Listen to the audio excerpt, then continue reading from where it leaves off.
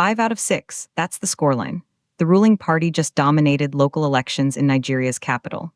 This is Nigeria News Update today. Coming up, you'll discover the controversial strategy that flipped the script, why city voters are being called all talk, and what this means for the future of Nigerian politics. Meet Nyesom Wike, the Minister of the Federal Capital Territory, a political heavyweight appointed by President Bola Tinubu. On Monday, he held his first media parley of 2026 and dropped a bombshell explanation for his party's landslide victory. But here's the twist. He didn't credit brilliant policy or charismatic candidates. He pointed to a map and a deliberate snub of the city center. The inciting incident was the FCT Area Council elections held on February 21, 2026. The All Progressives Congress, the APC, secured 5 of the 6 council chairmanship positions. Only Gwagwalada fell to the opposition People's Democratic Party, the PDP. A clear win, but Wike's explanation reveals a seismic shift in political warfare. For years, he says, ruling parties have struggled to win in the city. The people there, according to the minister, talk a lot but rarely come out to vote. So the Tinubu administration, through Wike, executed a different plan. They turned their backs on the urban core and headed for the outskirts. The satellite towns, places like Karu, Kabusa, and Wasa. The president's direct order, according to Wike, was to go to these towns and let them feel the impact of governance. And they did. Wike claims that when you visit these areas, you see how happy the people are.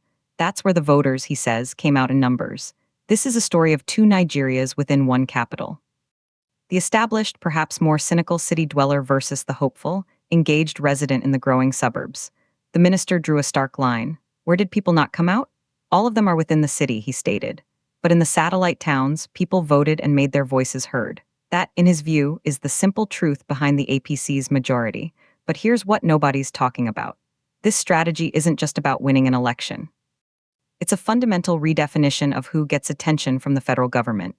It suggests that tangible, felt development in underserved communities trumps political rhetoric in affluent urban centers. It's a gamble that paid off at the ballot box. And then, something crucial happened. Wike personally connected this victory to his own appointment, revealing he was put in place when President Tinubu came into power. This frames the election result as a direct validation of the president's chosen man and his methods. The implications are massive.